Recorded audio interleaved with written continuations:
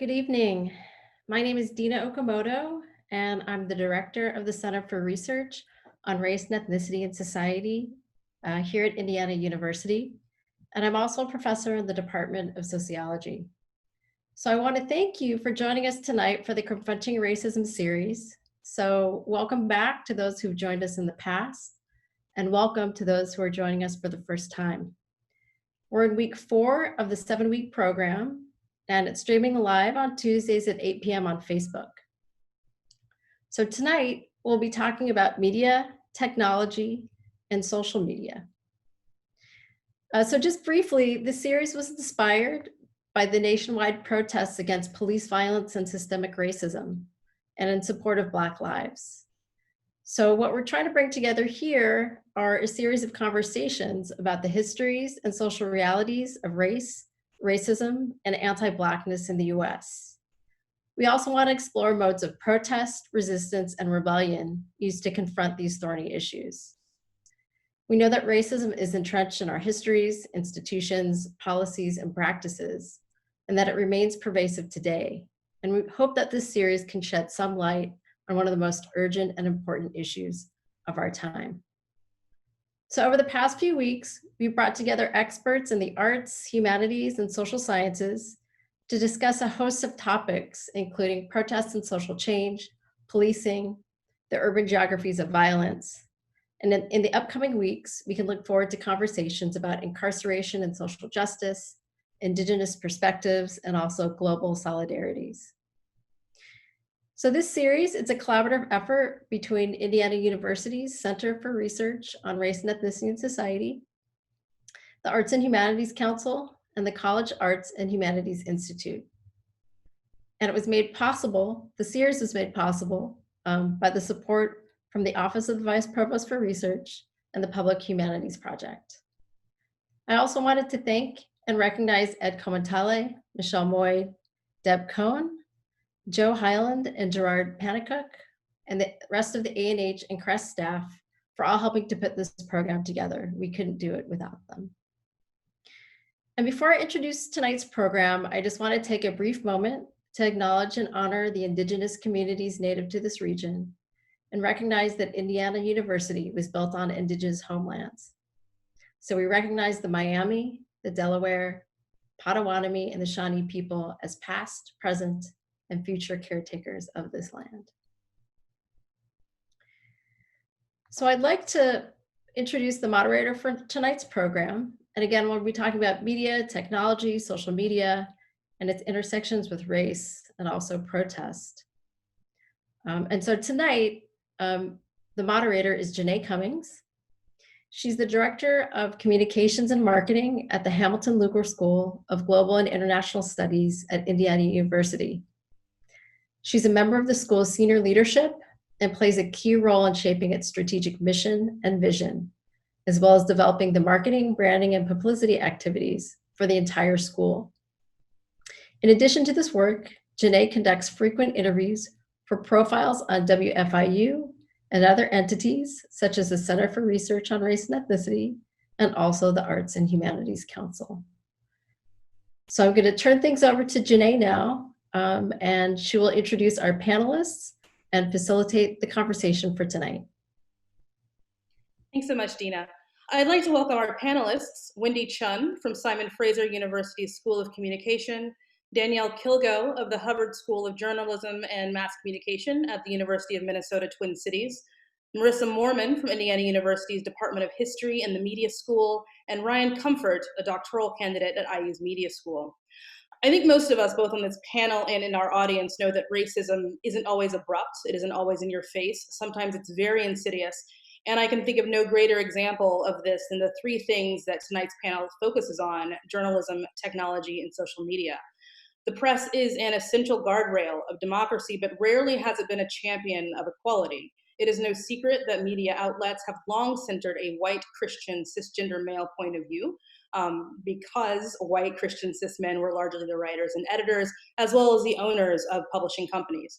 But in the past few years, though heightened in the past few months, Black journalists and other journalists of color have been publicly questioning whose stories are told, what language is used in that telling, the fallacy of objectivity, and how whiteness still dictates newsroom practices and opportunities.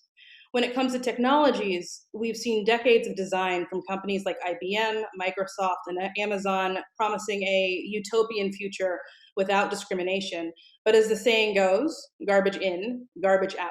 When we, with our mostly unchecked biases and prejudices, feed machines with data that defines, frames, and represents people of color as the problem, we shouldn't be shocked when they serve racist hierarchies and amplify racial bias. As a result, we have facial recognition technologies that target criminal suspects on the basis of skin color, credit scoring algorithms that disproportionately identify Black people as risks and prevent them from getting loans and finding jobs, and automatic risk profiling systems that disproportionately identify brown people as illegal immigrants.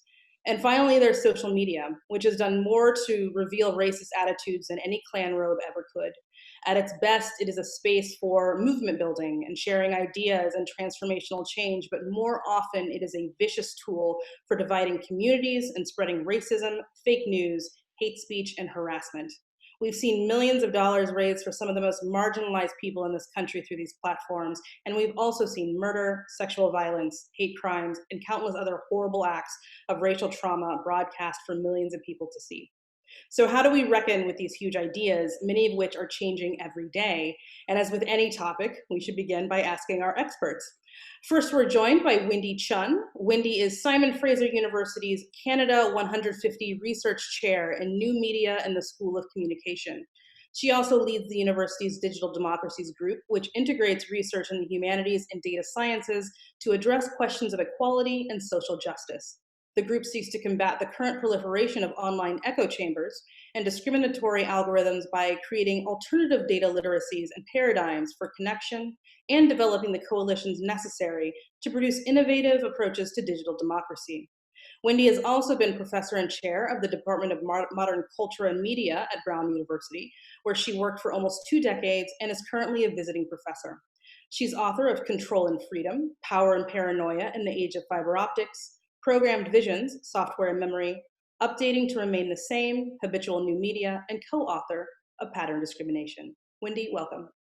Great. Thank you so much for inviting me and for the introduction and for the excellent problems and questions that you've asked us to answer. So I'm going to talk about some of the ways in which the promises and the problems of technology are the same. And so basically, I want to stress that technology can't solve political problems for us. It can't make racism or sexism go away. And rewriting political problems as one's technology can and should solve usually makes these problems worse. It's something I've been calling the dangers of hopeful ignorance. But let's start really concretely with Compass. So Compass is a proprietary software program used by some US courts to predict recidivism, and thus by some to determine both sentencing and parole. It's also been sued for being biased against racial minorities. And many have called for programs like this to be dismantled. And here you see an article from the MIT Tech Review, which appeared just last Friday. Compass, though, is one of many programs being used to calculate risk, not just sentencing, but also creditworthiness. And many excellent scholars, such as Sophia Noble, Kathy O'Neill, Ruha Benjamin, and Oscar Gandy, have documented how they're biased against people of color. Now, what we have to remember was that Compass was initially sold during the Obama administration as solving the problem of individual bias.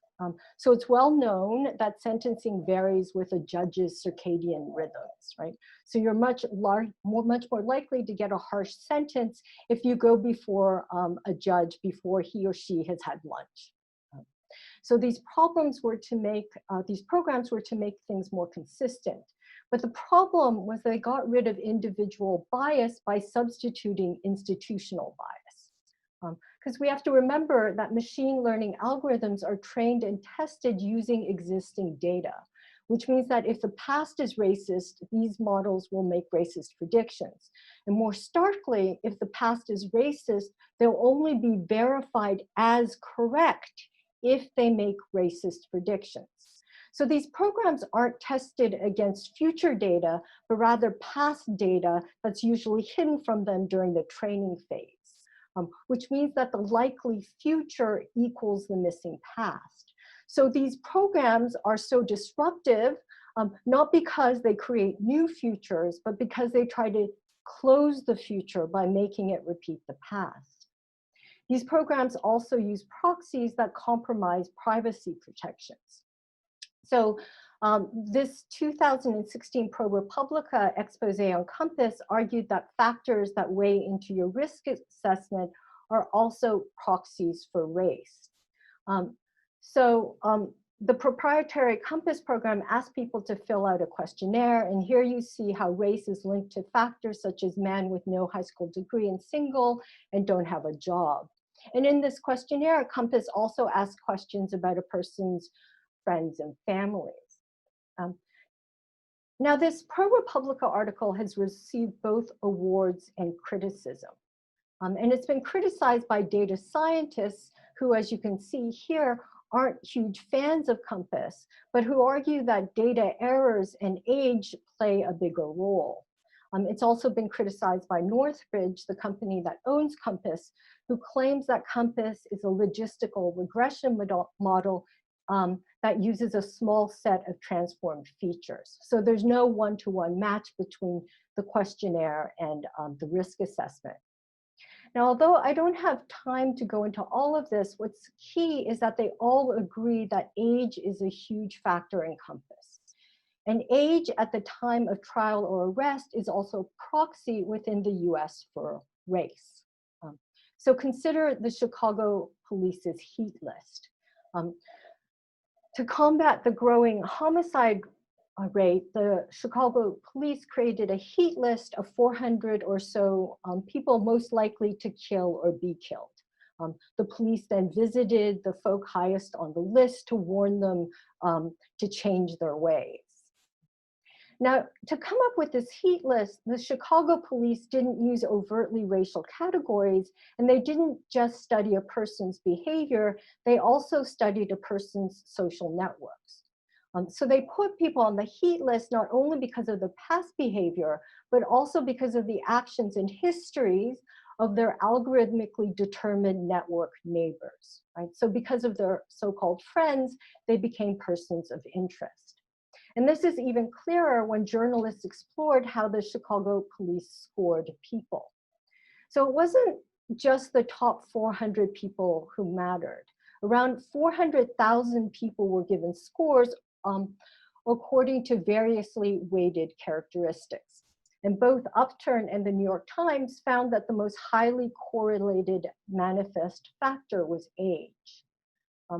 So 127,000 plus individuals had never been arrested or shot, but around 90,000 of those people were determined to be at high risk.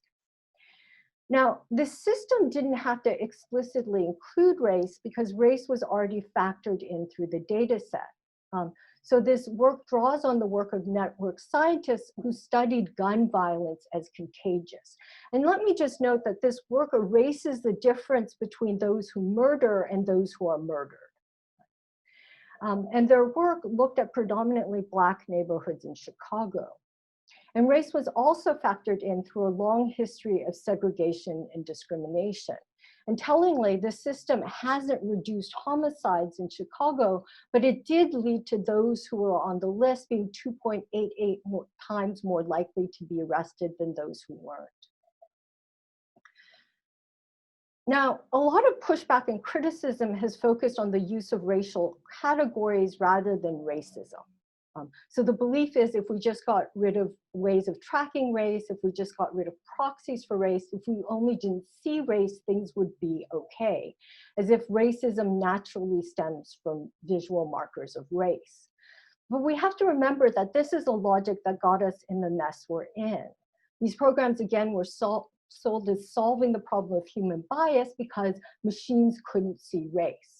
And the notion that not seeing race equals justice also grounds how the internet was sold as this mass medium of freedom and justice. right? So it was sold as solving all those problems of racism because you couldn't see race. But not seeing race leads to systems in which people of color disappear or are unfairly targeted. And here's the classic example here is face recognition technology, which has been notoriously bad at identifying people of color. And what you see here are the faces of US Congress representatives who were misidentified by Amazon's recognition program as criminals, including, of course, John Lewis. And representatives of color are overrepresented here. Right, so over 20% of all members were visible minorities, 9% were African American, but 39% of those matched were people of color, and it skewed heavily African American. And this is a severe problem given that these technologies are heavily deployed within the US prison system in which people of color are disproportionately represented. And the problem, as many people have pointed out, is the libraries that they're trained on. So face recognition technology is often trained using the faces of celebrities and undergraduates, those well-known hotspots of diversity. And here you see faces of typical celebrities machine generated using the celebrity database. But let me just be clear here, better face recognition technology isn't the solution, and this problem isn't new. Media technologies have always been racialized and gendered, and here you see two famous test images, the Shirley cards, which were used to calibrate lighting for film, and Lena, which is the test image for image processing. So what's key is that we not accept blind premises and defaults that close the future. And what's also key is that we work across disciplines to create new worlds, new ways to test technologies. Should they be tested not against whether they predict the past, but whether they actually are less discriminatory. And we need to build better tech. And I'll talk a bit more about this later. Thanks. Thank you, Wendy. We now welcome Danielle Kilgo, the John and Elizabeth Bates Cowles Professor of Journalism, Diversity and Equality at the Hubbard School of Journalism and Mass Communication at the University of Minnesota, Twin Cities, sorry. Danielle researches news and social media's contribution to uneven power dynamics and diversity issues in society. Her published work explores how the public perceives and engages with news content published online and within social media, particularly in the context such as incidents of police brutality and social movements against violence and racism. Danielle? Thank you. And thank you for the opportunity to speak today, especially during such a critical time to have my work in this space. And a special thanks to the MVPs at CRESS for putting together this fantastic set of panels. Today I'm just going to talk a little bit about the issues related to media representation, sort of the garbage that was talked about earlier. Primarily my work has been intrigued with media patterns and how they exist and persist in journalism. Media producers from all different kinds of institutions must emphasize one aspect of something over another. That's how they're going to tell a story. We can't sit in theaters forever, and we can't read a 100-page newspaper.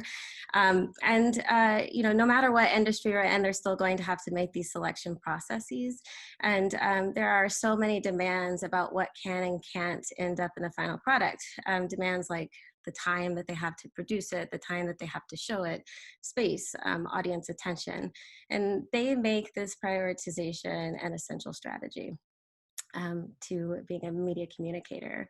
We, sort of the general public, Facebook users, people here today, we do the same thing when we share information online through Facebook or through your other social networks.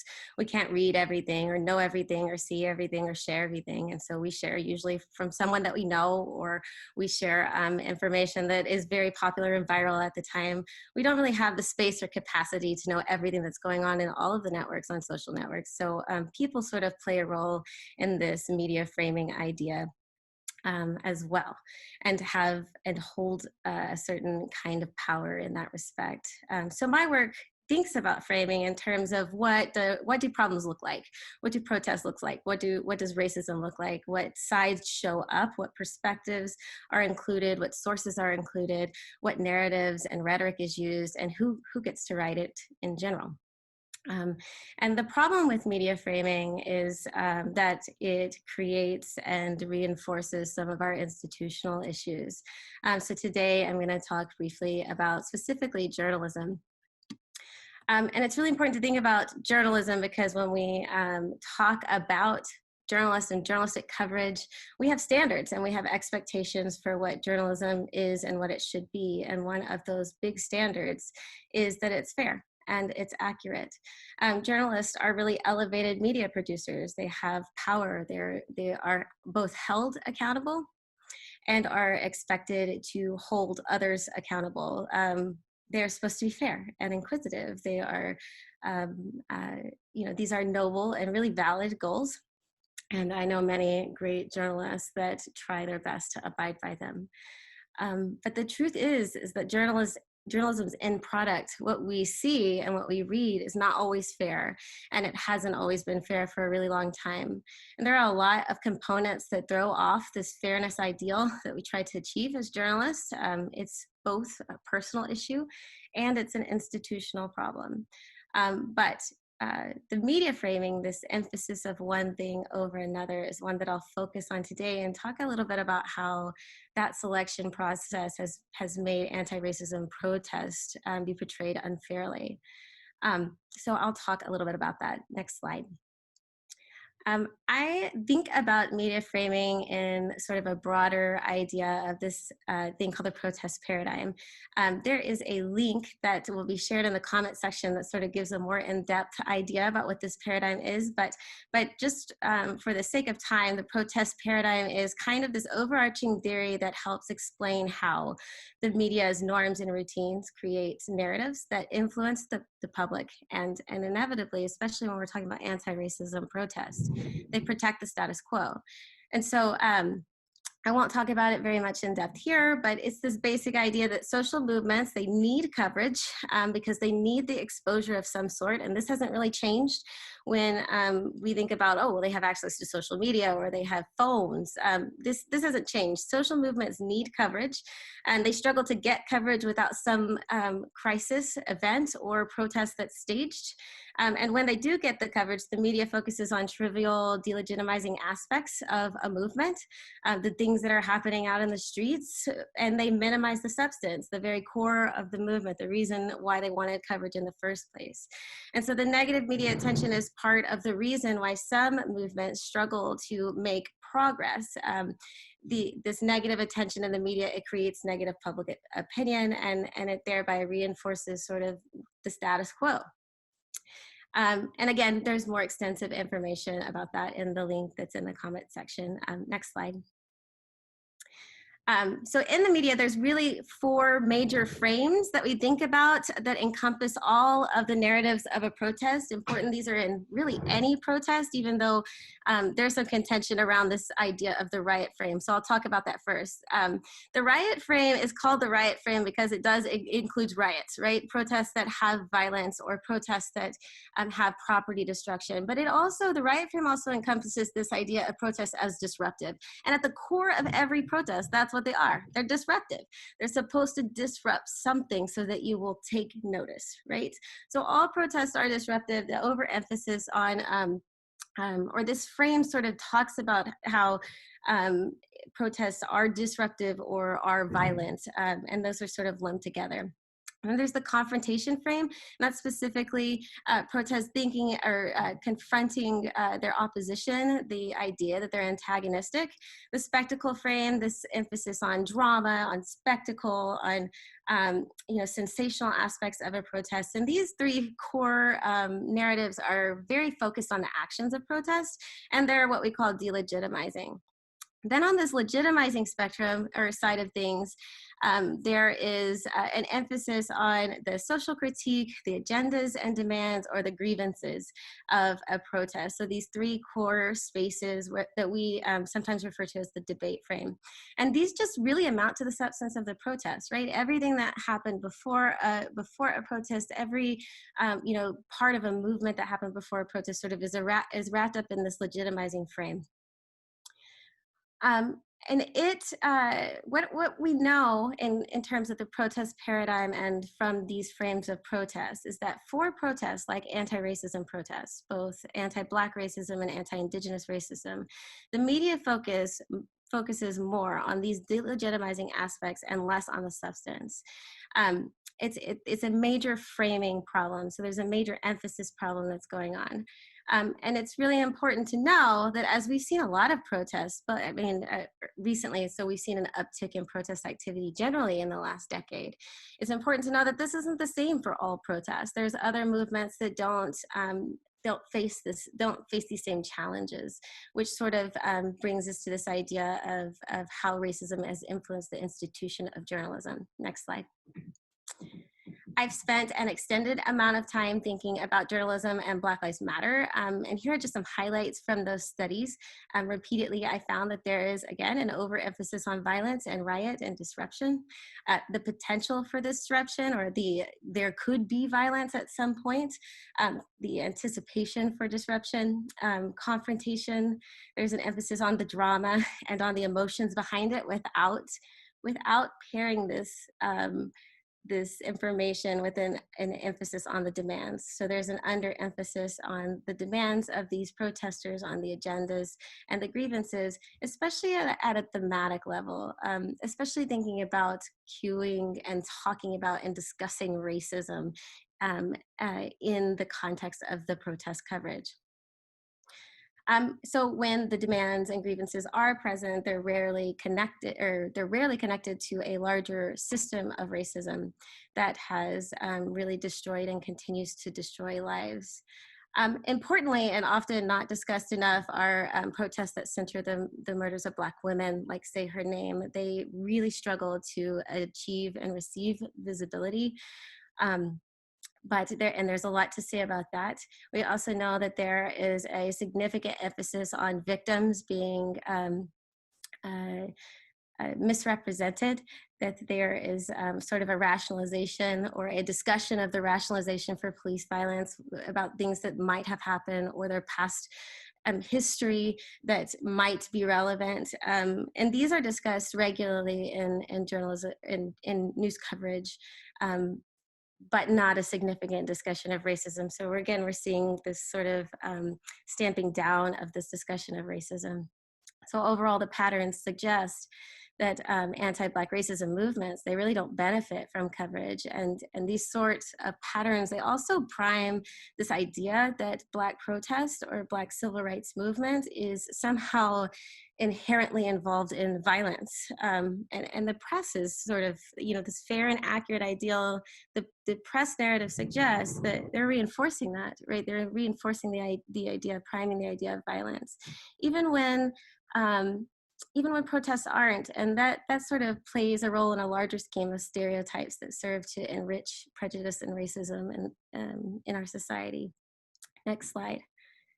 So what's really missing from the narratives that I've seen are discussions of really important things like that we're discussing here. They don't get regular coverage. There's not a robust discussion of racial injustices, of economic inequalities that are happening in communities that help serve and create issues like police brutality and in communities around the United States. We don't see a lot of police critiques, and we don't see a lot of discussions about police brutality and protest and gun violence. It's really interesting. I explored 6 months of protest coverage after the death of Stephon Clark in Sacramento, which was just a few weeks before the Parkland shooting. And the coverage that I explored in 10 publications, both local, state, and nationwide, did not make the connection between Stephon Clark and gun violence. These two things were not made, Stephon Clark's shooting and gun violence. We can also see that from the protest perspective, there really hasn't been much attention to police behavior. I've always tried to account for how police are framed in protest, and thanks to passive language and just the de-emphasis of police behavior generally, it's been I'm a quantitative researcher. It's showed up too infrequently to be able to quantify in many of the models that I've put out. So so that there's not a lot of attention to that particular theme. But there's some good news to some degree, and you can go to the next slide. You might remember this Slate headline recently from May 31st, and this was really sort of truly revolutionary for me. I was very hyped to see this. This headline gave me a lot of hope, and many people discuss this as a pivot in journalism. But I will tell you, this is not typical. In my cursory look of data about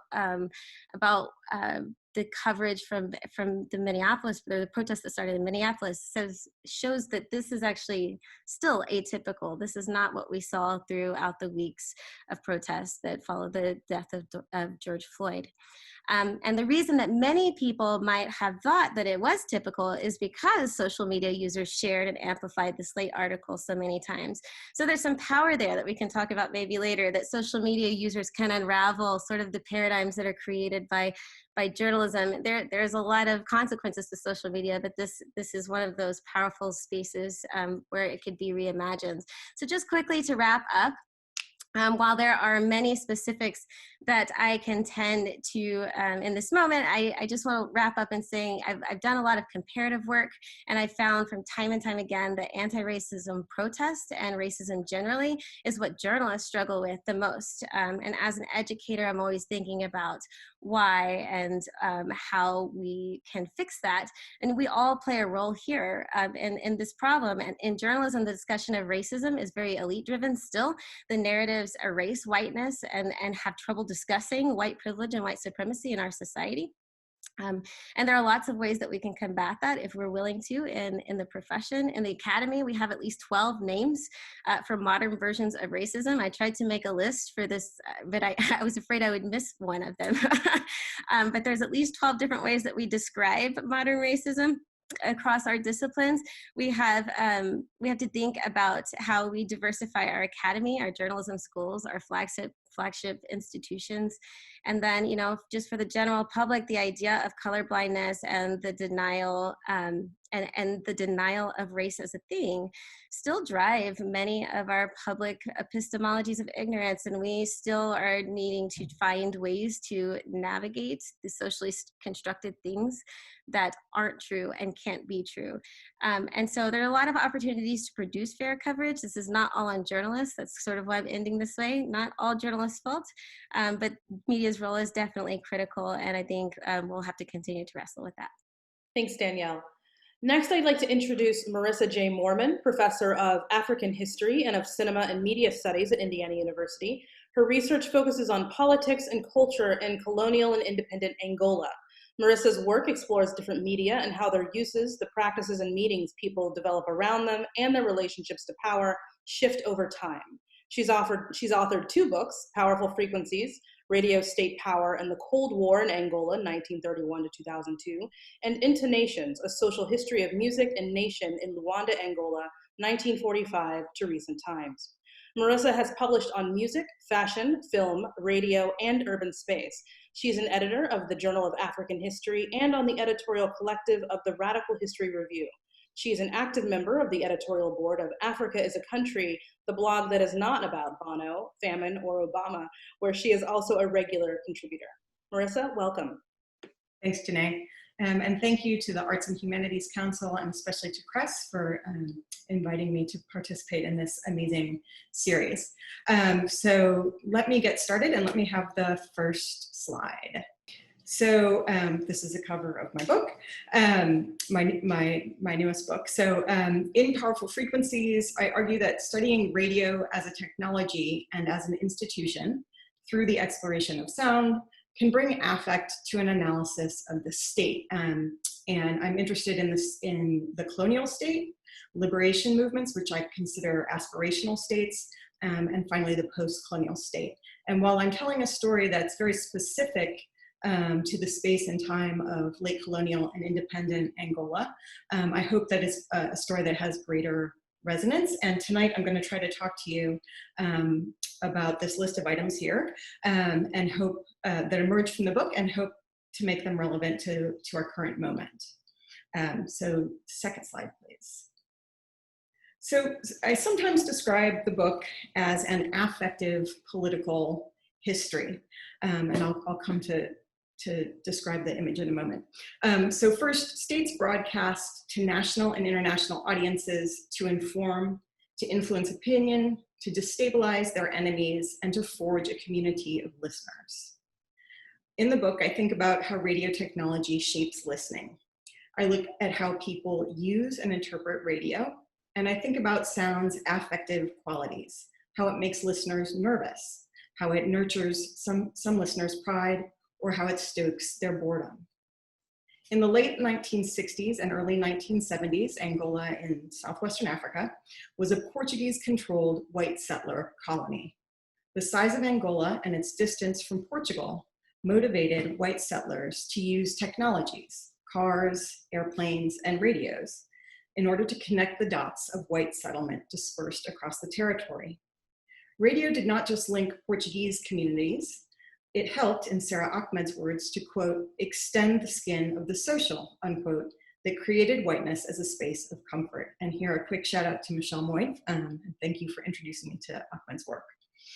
So in this way, we can see the ways in which radio did affective work for white settlers. And in fact, not just within Angola, but within the Southern African region more generally, which is pretty interesting.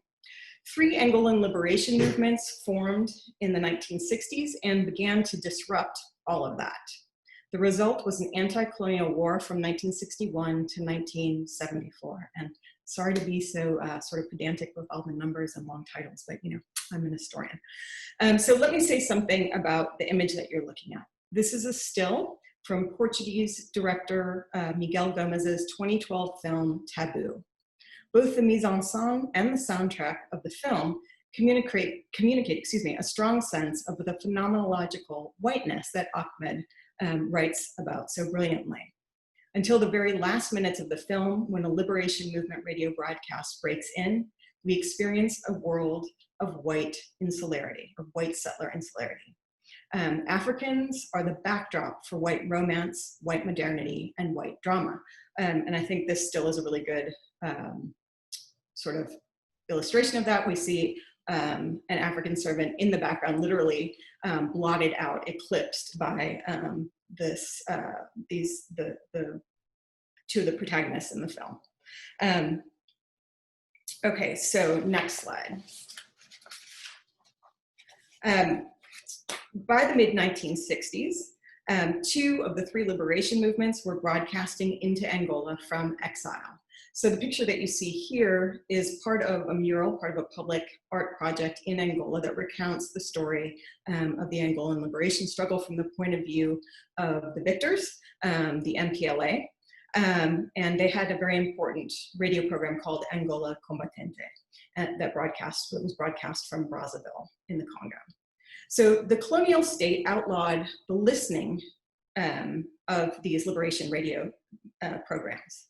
Nonetheless, Angolans listened to those broadcasts. So too did white settlers, trying to get away or get around the censorship of the Portuguese colonial state. And the secret police from the Portuguese colonial state, as well as military police, also listened in. The fact that Angolans and white settlers listened to these broadcasts made the police very nervous. A nervousness that's apparent in the thousands of pages of broadcast transcriptions they made. Radio technology is relevant to this question. Radios are transducers. They transform immaterial sound waves into material effects. Sound enters the ear canal. It touches and percusses the membrane behind which sits the cochlear nerve. So you could say sound strikes the body's nervous system. Next slide. So I probably should have described my, my second item as broadcasting in authoritarian states in the plural, because in the book I look at both the colonial state and the post-colonial state, both of which fit the description of authoritarian states. In particular, the Portuguese colonial state was authoritarian, as all colonial states were. It was also part of the fascist dictatorship of Antonio Salazar. So attempting to calm their nerves, the secret police and the authoritarian colonial and metropolitan state reacted to the liberation broadcasts with their own radio and their own radio station. building on the infrastructure built in the membership-based radio clubs of white settlers, the colonial state used radio to broadcast propaganda as a part of military counterinsurgency beginning in the mid-1960s. One material manifestation of that is this building that you see here. It was once the official broadcaster of Angola, built between 1964 and 67, and it is today the home of Angolan National Radio, or Radio Nacional de Angola, which is, again, the new state broadcaster since 1975. The colonial state's propaganda that was broadcast from the station was largely unconvincing. Next slide, please. So finally, in order to say something about media and democratic social movements in the context of a post-colonial authoritarian state, Angola declared independence in 1975 under the leadership of the People's Movement for the Liberation of Angola, the MPLA. They took over that fabulous building you just saw, and they created the first truly territory-wide national broadcasting system between 1975 and 1992. They did all kinds of interesting things about which there's not really time or space to talk about here. They also happened to be fighting a civil war inflamed by the Cold War between 1975 and 2002. And so, of course, the war was used as the excuse for a number of things. Angola's second president, José Eduardo dos Santos, came to power in 1979, and he remained there for 38 years until 2017. Predominantly youth-led protests against dos Santos began in 2011 on the back of the Arab Spring, and culminated in 2015 with the arrest of 17 activists, 15 of whom are pictured here. With all the media controlled by the state or state-related individuals, activists had to leverage alternative media forms. T-shirts and prison garb, as you can see here, where the guy has written on his shirt, music, text messages, social media, posters, and public wall newspapers. They use the language of journalism more than the language of human rights to frame their media work and activism. So these snippets from my book might help us to consider our current moment from a slightly different angle. Questions of affect and technology in relation to the state, and in particular, the question of technology and trauma. They might help us think about what authoritarianism is and how it acts and what it looks like, and about how activists use and sometimes hijack corporate or state-controlled media for other ends, although not always ultimately successfully. What do we do with a telephonized revolution? Thank you. Thanks so much, Marissa. Last but not least, please welcome Ryan Comfort, a doctoral student at IU's Media School and the former Director of Diversity and Inclusion for IU's College of Arts and Sciences. Prior to joining the IU community, Ryan worked as a freelance photojournalist, video producer, and cultural consultant for a wide range of organizations, including Wisconsin Public Television, ABC News, and UNC Healthcare. Now, as a researcher, Ryan focuses on producing scholarship that will help Indigenous governments strategically use visual media to increase public awareness of their environmental and natural resource issues. Ryan? All right, well, thanks for the introduction, Janae. I really appreciate it. And really thanks for the invite to the series for all the folks who've been organizing this. It's been great, it's an honor to participate, and it's been great watching. I'm really humbled to be alongside all these really accomplished scholars, and so I'm really glad to be in this conversation today. So, and I'm really glad, actually, I'm calling a little bit of an audible here on what I prepared, because as I was listening to the other introductions, I couldn't have asked to be in a better position than to be behind Dr. Kilgo and Dr. Moorman here, because my work really actually relates to both of these areas. So my current research agenda is really aimed at building a body of knowledge that helps Indigenous governments use media and communications to achieve their environmental and natural resource goals. And I'll get into a little bit of why this is important. For me, it's a little personal. I have a dream of seeing kind of a rezzed up version of Nova on TV. Like, I want to see Native scientists in visual stories, doing research on reservations. I want to see Native people and Indigenous folks presenting their research, doing work and doing science that helps Native nations. But there's a lot of systemic issues, exactly like what Dr. Kilgo talked about, in journalistic norms and practices that limit the opportunities for Indigenous folks to tell their stories in legacy media. So from my perspective, it's going to be up to Indigenous nations, actually, to take advantage of, and Indigenous people, to take advantage of new media channels and new media technologies to tell these stories first and to hopefully start to create some change in terms of public awareness and understanding. So, you know, ultimately, the research that I do is designed to help Indigenous nations make decisions about the strategic communication that they use.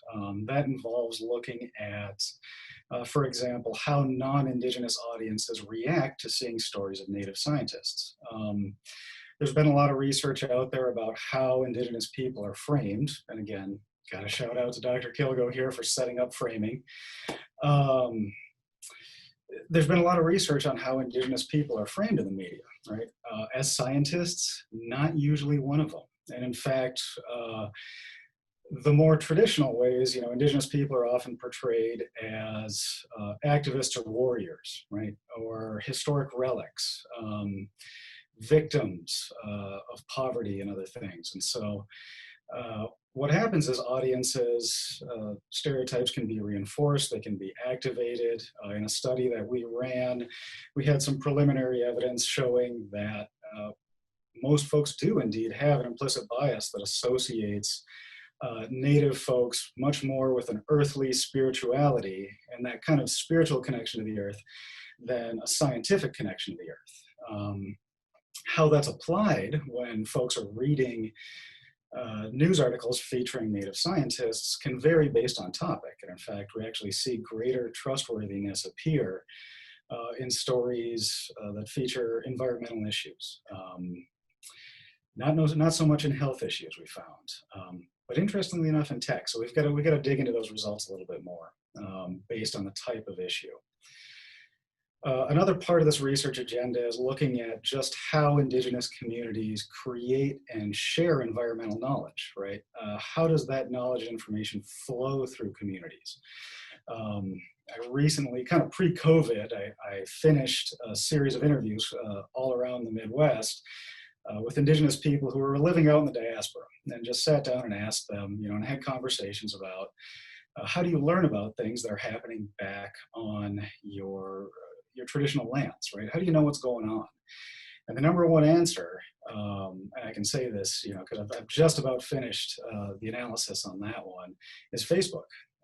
Facebook provides this really robust channel for Indigenous communities to stay connected in the diaspora and at home. In fact, I've been digging through a survey of Indigenous people who work for tribes in environmental capacities. And so I wanted to survey these professionals, right? These are tribal biologists.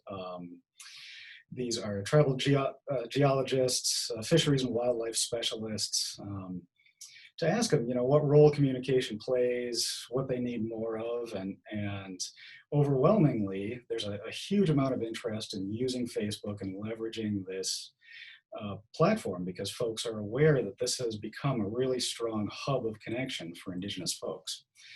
So anyway, that's kind of part two.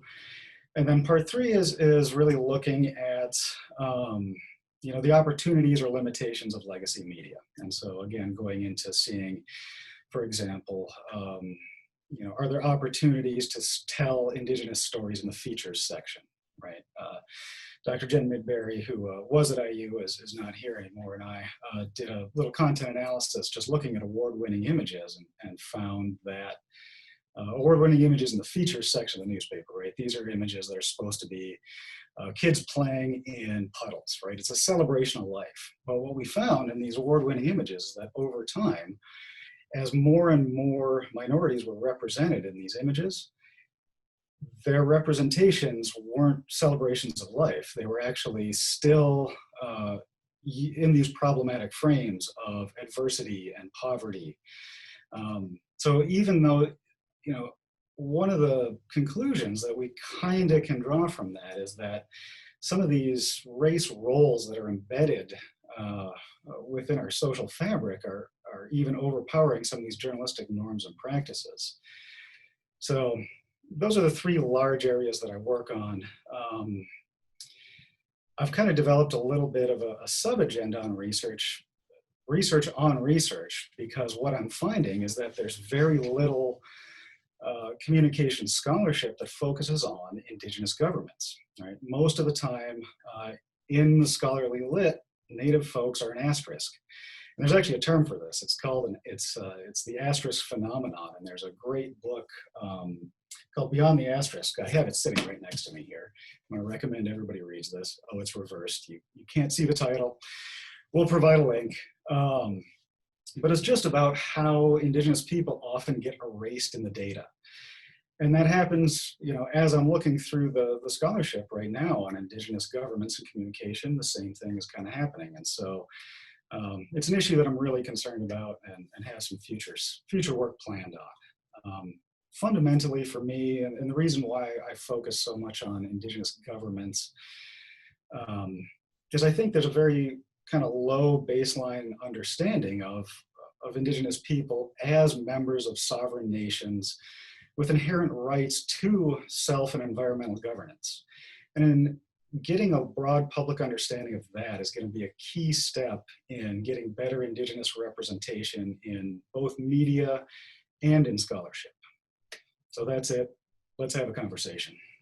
Thanks, Ryan. So Wendy, my first question is for you. Every leap in technology comes with it the promise of creating a more equitable and just society. And law enforcement in particular, ironically, has seized upon various facial recognition technologies and other AI under the guise of solving issues of discrimination and profiling and even sentencing. Can you talk to us about how these technologies were built with what we hope were the best of intentions and how they've only reinforced structural racism and biases?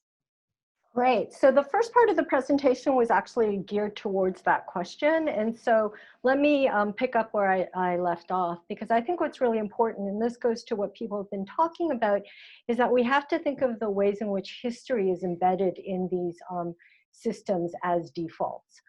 So what's important is a lot of people, talk about these discriminatory algorithms, and they say, well, we need more transparency and we need better data. But that's not enough. And one reason why it's not enough is because both segregation and eugenics are actually baked within these systems. So in particular, if you think of how social media networks operate, they're based on what's called homophily. The notion that similarity breeds connection, that birds of a feather flock together. And this is why echo chambers or polarization they're not an unfortunate consequence, they're actually the goal. And what people forget is that the term homophily itself came from studies of biracial yet segregated US public housing. And not only that, it came from the attitudes of white residents towards desegregation. And so there's a whole story to be unpacked there, but what's important is that the segregated history is lost, and that in coming up with this notion that homophily is natural, that people naturally choose people like themselves, in order to make this argument, Lazar, Selt, and Merton actually took out all the responses of Black residents within the biracial public housing projects. They didn't publish any of their data, and it was so skewed.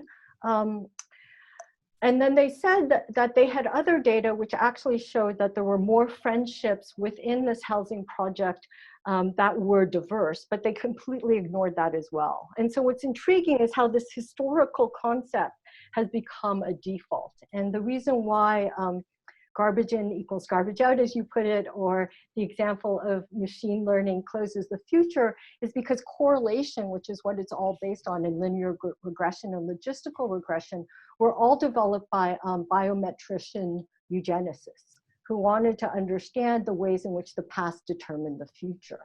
which isn't to say anyone who uses this is a eugenicist, but the reason why the path seems so closed is because of that closure in terms of verification. Okay, so what to do about this? So one thing that we've been trying to think through is rather than just getting rid of these discriminatory algorithms, what if we use them as evidence? So for instance, Amazon recently stopped using its hiring algorithm because it was shown to be biased against women. If there was women anywhere in that CV got dinged. Rumor has it that if there was Chad, you got a couple extra points. So they stopped using it. But what if rather than stop using it, we actually thanked them for doing this because they carefully documented their discrimination. And further, so what if we started using them like global climate change models, right? Global climate change models give us the most likely future given the past, not so that we'll put that future in place, but rather so we'll create a different future. So what if they show what will happen if society keeps being racist, and we see this future, so we intervene and we create a different future? And another thing that we're trying to do is that if at the heart of social networks is segregation and homophily, that only explains a tiny portion of human relations, right? So in the world of homophily, heterosexuality is impossible. Clearly it happens, right? Clearly opposites attract, clearly there is indifference. So what if we took the richness of human experience? What if we looked at models within civil rights movement to be those defaults within these systems? What would happen if we broadened both technology and the understanding of what technology can or can't do? Is it possible to create anti-racist technologies? I think you can create technologies that go against the certain defaults, but for it to be anti-racist, you need more than technology. I think you can have technology that doesn't have certain, that challenges certain ways in which racism is currently embedded. But again, the question is, how do we fight racism in the face of the constant erasure of race? And in order to answer that question, a technology is not going to do it, but technology with society together we'll do it. Anyone have any thoughts on that? Any input? One other question I have, Dr. Chun. We have seen, I think, in the last, really responding to this national moment, a lot of these technology companies, be it IBM or Amazon, as you mentioned, putting a pause on the development of these technologies, either suspending them temporarily or outright. And I cynically wonder if after this national moment passes, if they go back to what they were going to do. Like, do you know, or it's impossible to know, but what do you think comes next? Realistically comes next? Right. What I think what realistically comes next is a more coalition building. And so what's interesting about the fight against face recognition technology is that it was banned first in San Francisco, which is hardly the place you would imagine it would be, but it was due to a coalition between the ACLU and local activists. And there's a way in which coalitions are being formed around these questions that are really important for us to build. I think that we can't rely on these technology companies to do anything.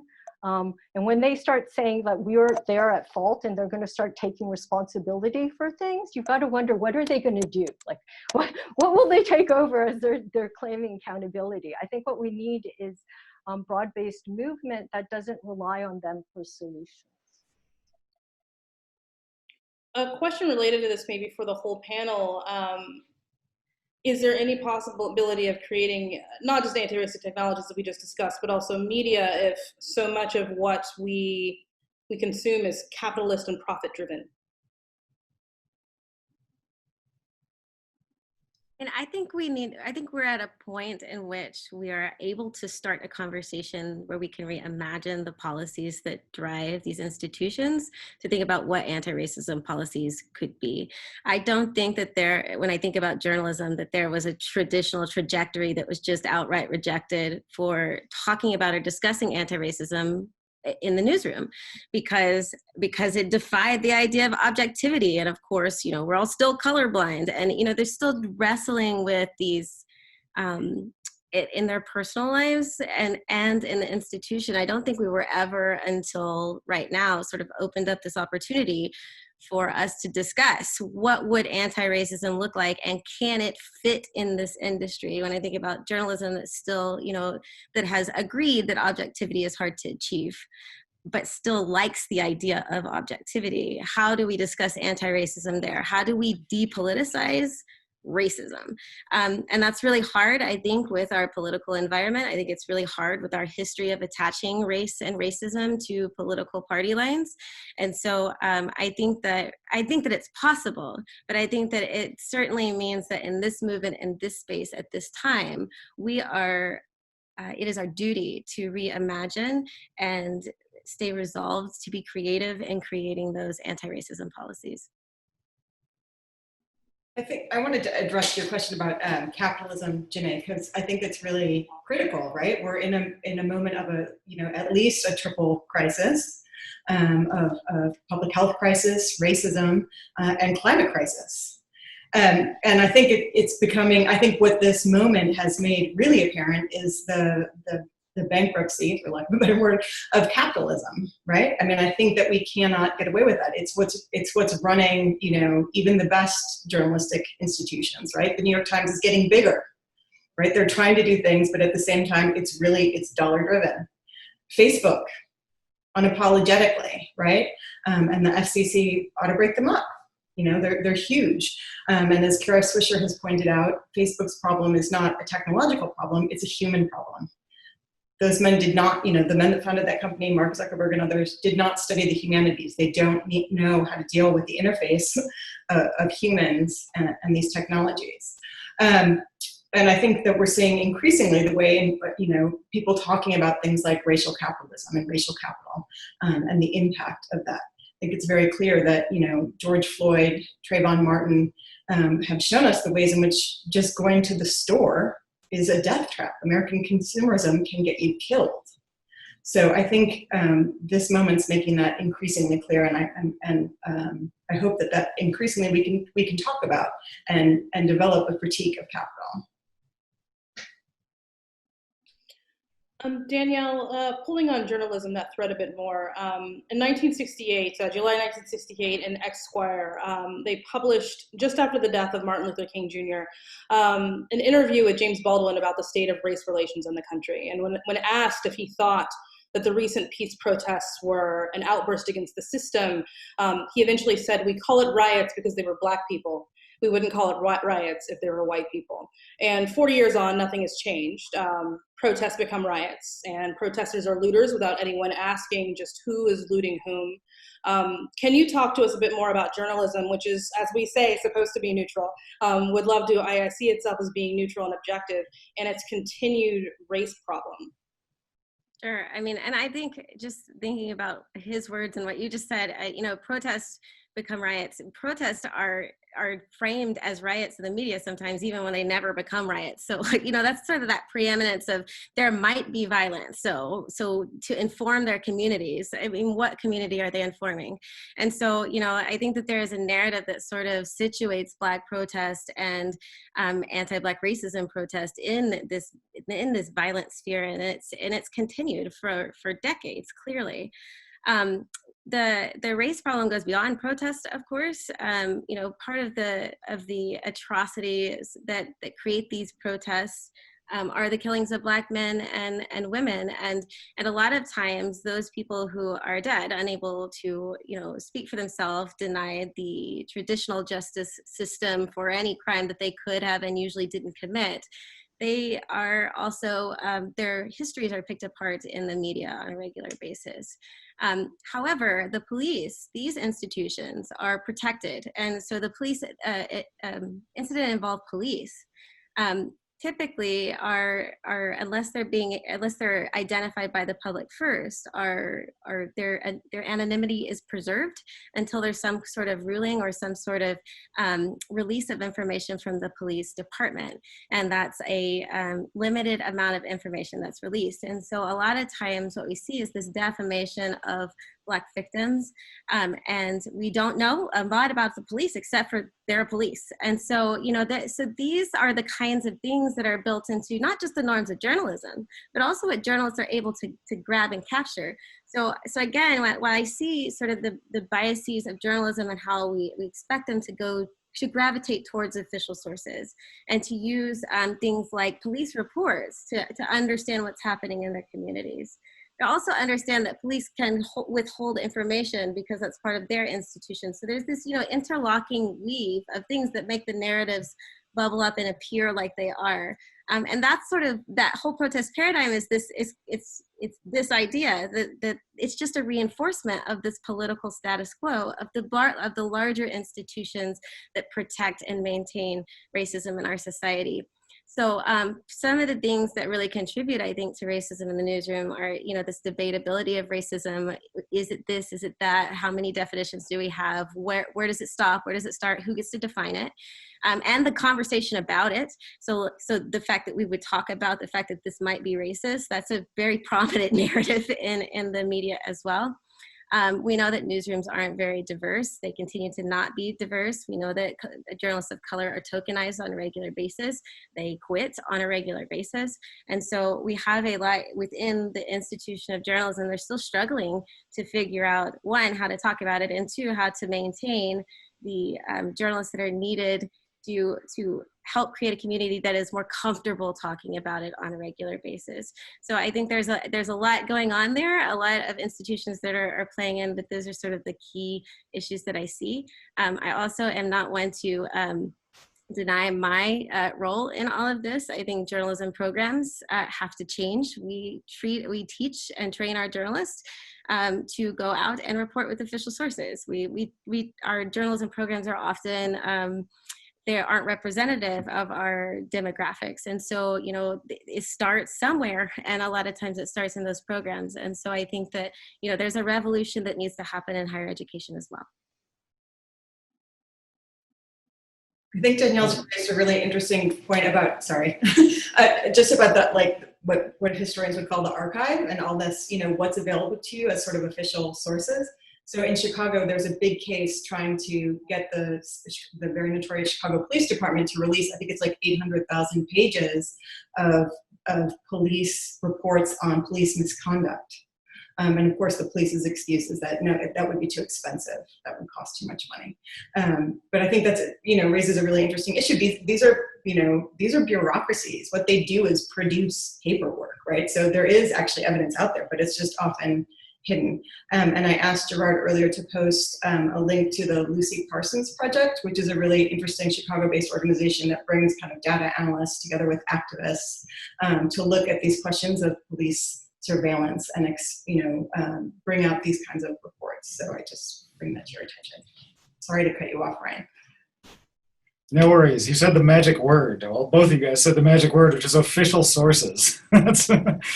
For me, that's what a lot of this comes down to, at least in my research, is that Indigenous folks are not allowed to serve as official sources, even though we have official sources in government, right? We have public health directors, we have scientists, right? We have biologists.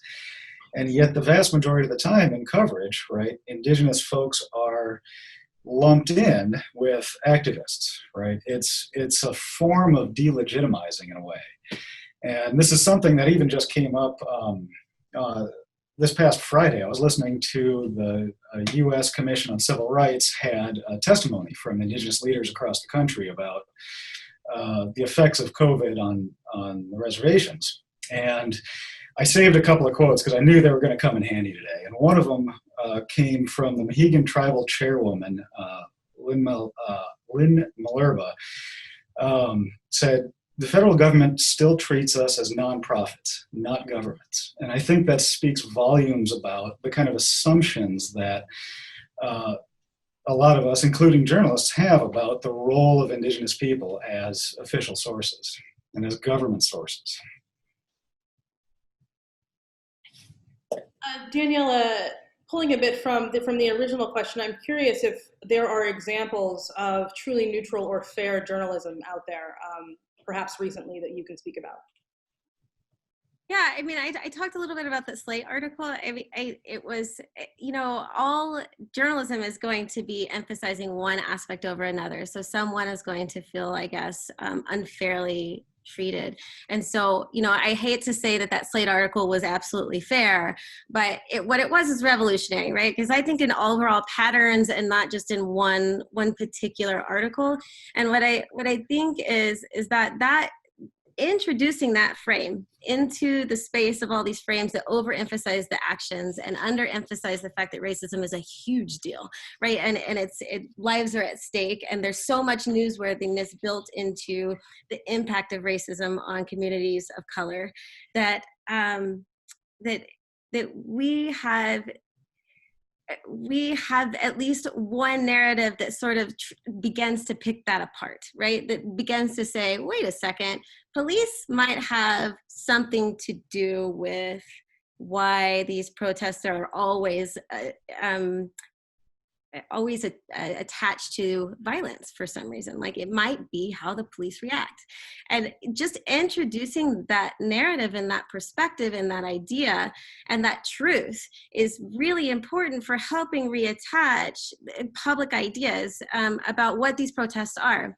I think the biggest challenge that we have is that because the narratives have been stacked against Black civil rights protests for so long, that the idea of Black protests being violent is they're primed as violent. We think about what is Black Lives Matter gonna do? You know, if they go out in the streets at the next, the next person who is murdered, and violence is gonna be a part of that narrative in a lot of people's head. But I think that if, you know, what truly is fair is if journalists say there are other pieces to the story that help you understand how it got here, right? And how we got to this moment, and that they're not the only actors, and that active voice really does change how people understand who does what to whom. And so, you know, there are lots of examples of journalism that has paid attention to protesters' demands and agendas and grievances. There aren't enough. And I think that that's my big critique. And this is for the panel related to Black Lives Matter. It seems that there's been some headway, perhaps, with the more middle of the road, the more white moderate. I think that there's more acceptance of Black Lives Matter as a movement. And I'm curious, is this in spite of media coverage, or has the media played any role in this kind of shift in narrative? Just from my perspective, I don't see that the media has played a major shift. Like I said, I think Slate is kind of an anomaly. This isn't the regular narrative that we see, but I do think that COVID has helped play a shift. And I think that COVID has helped people sit down and have to watch somebody die over and over and over again because they can't get it off their phones, and it's been shared on their feeds. I think there's been more time to sit down and reckon with and see that this is a legitimate cause, and there's something legitimately you can do from the couch in this moment, when we're in sort of quasi quarantine lockdown. And so I think that it's, you know, when I talk about George Floyd, I think a lot of times, Trayvon Martin was my George Floyd. Tamir Rice was my George Floyd. It had happened. The trauma of watching this over and over and over again has happened for a decade for me. And so what makes this different? This is just as bad as all the ones that preceded it, all the ones that will go after. And I think that a lot of it is that we had time. And I think time is the gift that we have to thank here. Marissa, this next question is for you, really kind of an extension of George Floyd, and I'd like to talk a bit about the personal cost of filming police brutality. Darnella Fraser was taking her cousin to the store, as we know, when she saw George Floyd being manhandled by police, and she stopped and pulled out her phone, pressed record, and we know what happened in the ensuing 10 minutes and 9 seconds. And she not only faces the trauma of bearing witness but also criticism for not intervening and fears of police retaliation. And I'm hoping you can talk to us a bit about the trauma of filming these types of events, but also maybe the quiet trauma that so many Black, Indigenous, and people of color face by seeing this over and over again in the media. Good question. I'm not sure how well I can answer that, but I do think it's an important thing to think about, right? I think we have this tendency to think, in the same way that we think about journalism as being fair and accurate, we think about photography as being somehow transparent, even though that sort of gets deconstructed all the time. So I think those images are so powerful, but I do think that what we also know is that these technologies are not they're not transparent, and they do have an impact on how we experience things. And so aside from the fact that Darnella Fraser should win a Pulitzer Prize for filming that, right? I think we need to think both, as you said, the impact. She herself said, "I'm traumatized." What, somebody said, "How do you feel?" She said, "I'm traumatized." So I think it tells us something that we're at a moment where she could articulate that for herself. Pretty amazing. But as you suggested, there are all these other social things around it, and social media feeding her getting trolled or other people getting trolled. Here in Chicago over the weekend, Miracle Boyd, an 18-year-old activist, had her front teeth knocked out by the police. And then she got trolled, and journalists were asking her, "Well, didn't you already have, dental problems?" Sort of completely distracting from the issue. So there are real traumas associated with viewing. I know obviously much less about visual technologies than I do about sound ones, but I think it's important to think about, what is the impact of that? How does, in particular, taking in visual information and visual information on a small screen, right? And then sending it out. There's also been obviously much greater consciousness these days of people saying, don't share those images. Let's not send them around. And I think also part of the power of the image of Derek Chauvin murdering George Floyd was that, unlike Trayvon Martin and Tamir Rice and many, many other police murders, this didn't involve a gun. I think part of it was the kind of slow, silent, very calm, hands in his pocket kind of thing, and literally watching that. That was really particularly powerful. But I think it's really, we need sort of people who think and know more about media or visual technologies in particular than I do, I think, to think about the trauma. But I believe it's real, and I think it is also specific to the technologies, I guess is what I would say. If I could just pick up on that point, Saidiya Hartman has made this really wonderful point where when she talks about abolitionist narratives, and she said that's what's really disturbing isn't simply that these narratives create scenes of violence, but that the abolitionist narrative form kept demanding the repetition of these scenes of violence and showing these scenes of violence. And she asks why and what work does this do? And this goes back to what Dr. Kilgo was saying as well. I mean, we need to think through why we need these images and what do these images uncover that we don't already know. I mean, since we know about Black violence already, can the constant drive for these images actually take us away from what should we do? Because instead it's just focused on uncovering what we know. And that's, that's really important to think through. Thanks, Wendy. Ryan, my next question is for you. We talk a lot about activism, but rarely, particularly when it relates to Black and Brown lives, but rarely do we talk about Indigenous activism. And when I think about Indigenous activism, I think about Standing Rock and the Dakota Access Pipeline. By tapping into the power of social media, the Standing Rock youth were able to capture the attention of other people and galvanize them. And as any activist knows, that is much easier said than done. I'm curious if you can talk to us about the strategies that you've seen work. How did this work? How have future or initiatives since regarding to Indigenous activism, how has that galvanized others and been successful? Sure. And actually, I'm going to tie this in a little bit to this talk about tech, because I think it's really important here. And I brought a bunch of books with me because I'm like, I'm going to show these things because they're good books, but they're all reversed, so you guys can't read them. This one's called Something New in the Air. It's by Lorna Roth, and it's what it is. It's a history of the development of broadcasting in Canada, of Indigenous broadcasting. And it's a fascinating history.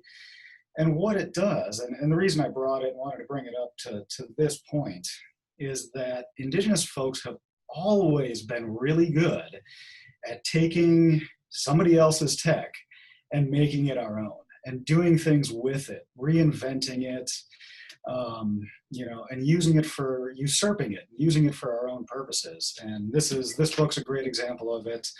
And Standing Rock is another great example of it. It certainly wasn't the first time Indigenous media has gone viral.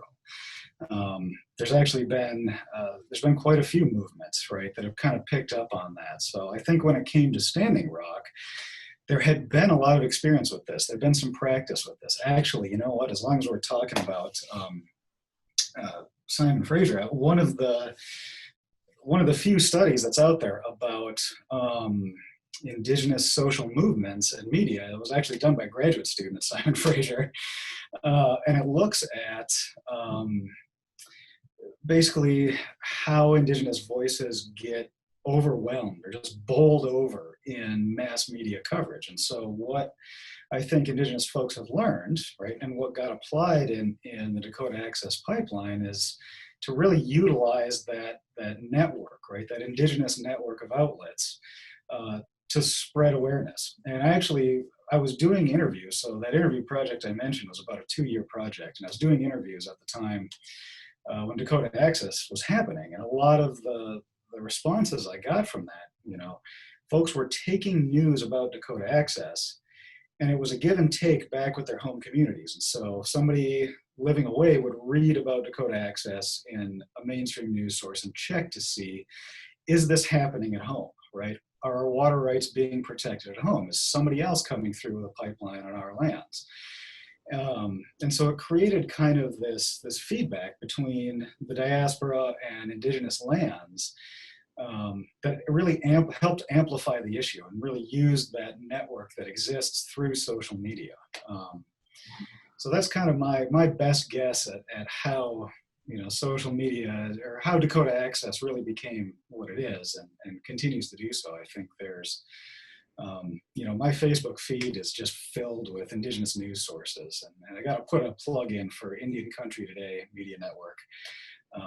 And actually, that's okay. So I might derail this just a sec, but I actually do want to know what folks think about alternative news outlets. So Indian Country Today Media Network is an alternative news network. For me, it's my national news because it reports on Indian country broadly, but it gets thrown into the alt news area. I want to hear some of your perspectives on kind of the role of alt news in this whole moment right now. I would be happy to just ding on that real quick. I think alternative and ethnic media are essential to our media landscape. They provide some of the perspectives that journalists just won't cover or aren't able to cover in their newsrooms that are edited out. They regularly cater to specific communities that are ostracized in press coverage. And so I think they're essential. It's interesting when you think about, especially Dakota Access. I looked at the national coverage of that protest as well. And those patterns totally line up with what I presented earlier. There's an overemphasis on the confrontation and violence of anti-Indigenous protests, and there's an underwhelming emphasis on the debate, on anything that has to do with the grievances of people who are there, of the communities that are affected. And so the idea that there's this space, the social media space, that's really giving power to individuals, and you see the institution of journalism still continuously pushing down these individuals by not giving them the same legitimacy. Alternative and ethnic media here play that essential role, and can play that essential role of saying, to hell with objectivity. I'm done with it. push it to the side. And they built a whole new institution based on, I'm going to do what's best for my people here. And, you know, the idea of journalism started there, but I think that alternative and ethnic media sort of take that and they position it for marginalized communities. When we discuss it, we don't discuss it enough as what mainstream is, but it's mainstream for those spaces.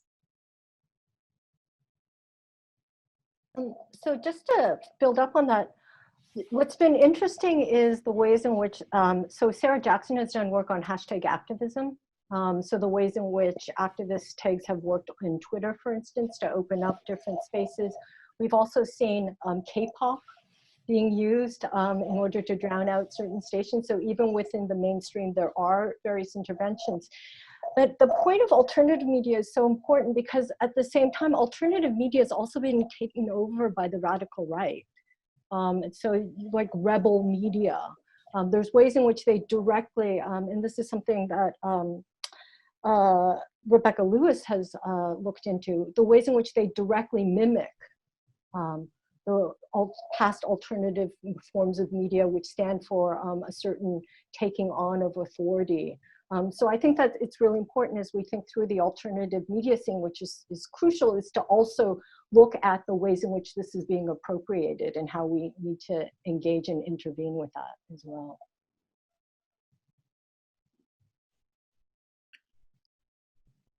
I'd like to take a leap over to the digital divide. And Marissa, this question is for you. We hear a lot about digital divide when it comes to education and health, but what about social movements? I'm reminded, of course, of the Arab Spring, which social media made but couldn't save, but also recent protests. Is there any concern, should we be concerned, that movements privilege the concerns of the middle class, perhaps, over marginalized groups?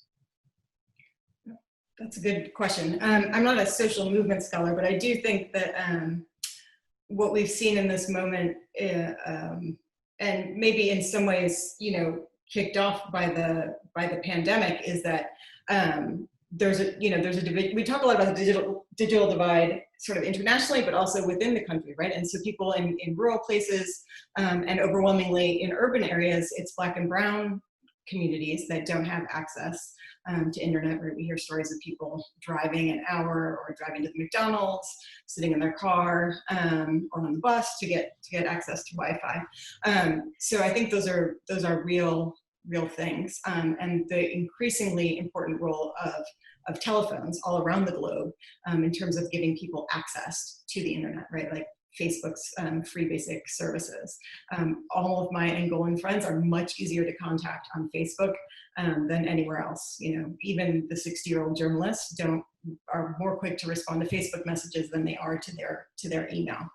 But whether that means that social movements are being hijacked by middle class interests, I'm not sure. I mean, I would agree with what I think Wendy said earlier, which is that we need, technology is not going to solve everything. Movements need to act on various fronts. And as I think the very fabulous contributions from last week showed us, we need to think of protests more expansively. We need to think of political change more expansively, and we need to act in a multivalent way and forward the interests and the voices of people who are not the mainstream and who are not sort of just promoting middle class values or the status quo, as Danielle was pointing out.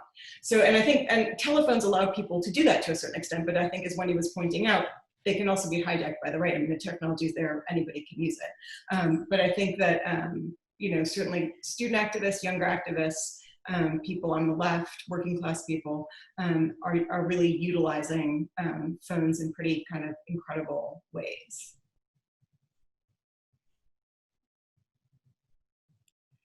I would be remiss if we didn't talk about Breonna Taylor today. Like George Floyd, her death has become a rallying cry in nationwide protests against white supremacy and police brutality. But in an effort to keep pressure on Louisville police and other authorities, her name's also been commodified into a pretty perverse meme that's almost like rickrolling.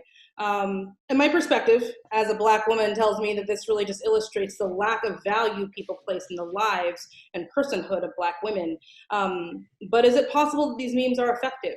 And if they are not, what is the right way to advocate for justice?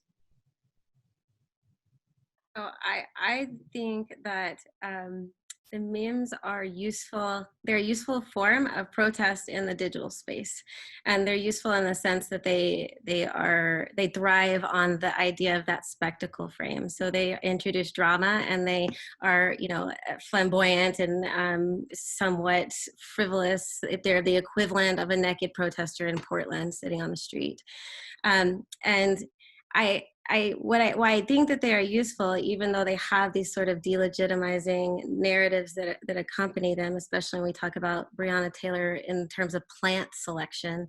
I think it's important because we don't see Black women and protests of Black women's deaths make national news on a regular basis. We don't see the attention being placed on in this particular community. We see a major emphasis on thinking about Black men in police and what happens in this space, but we don't see a major emphasis on Black women. And part of how we bring this issue and we start dealing with the issue is bringing attention to it. Elites and politicians still use the news to get their sources. And if it's not a part of the conversation, it's not a part of their conversation. And so, you know, it's not a major part of the national media. Breonna Taylor's death did not get the same attention that George Floyd's death got. And so I think the memes sort of serve as the only way we can, right? How can we continue to bring something that doesn't have the traditional newsworthiness values anymore, because it didn't just happen?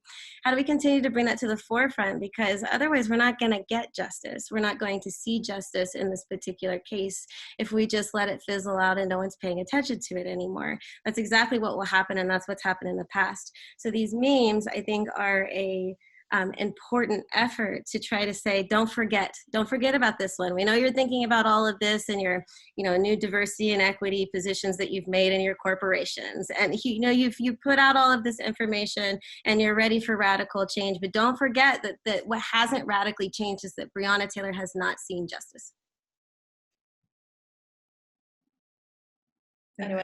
Its most recent iteration too, I'm seeing more also drawing attention to something that Danielle was pointing out earlier, which is that the names of the police officers that are involved are not circulating. So the more recent memes have said, you know, like, we need to know their names. We should put their names out there, ask for justice, you know, that these people be brought to justice, that they be arrested, et cetera, et cetera. So I think that's also a kind of important move and shift occasioned by the fact that justice still has not been served. Does anyone have any parting thoughts as we run out of time today? All right, well, I would like to thank each of you as well as our audience for this incredible conversation. I want to also specifically thank Dina Okamoto and Michelle Moyd for creating a forum for real and deep conversations that you know, about the many aspects of this public health crisis and how we can work toward an anti-racist society, not just in name, but in deed. We hope for everyone in the audience that you'll join us next week for a conversation on social justice and incarceration with Michael Harriott from The Root, Leah DeRay and Kyra Harvey from Indy 10 Black Lives Matter, and New America's Clint Smith, with Brooke Harris Garrard from Indiana University as the moderator. So thank you so much. Good night.